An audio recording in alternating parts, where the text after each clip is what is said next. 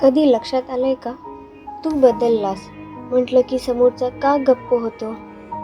ती शांतपणे म्हणते, तू बदललास, आणि तो क्षणात गप्प होतो. तो काहीच बोलत नाही, पण आतून विचारतो, मी बदललोय की थकलोय?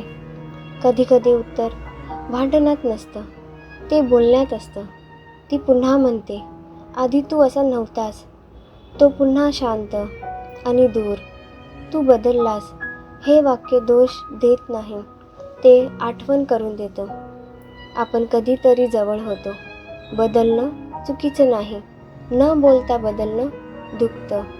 ती म्हणते, तू बदललास, पण खरं वाक्य असतं, मला तू हवा आहेस. तो हळूच म्हणतो, मी तुझ्यापासून दूर गेलोय, तुझ्या प्रेमापासून नाही.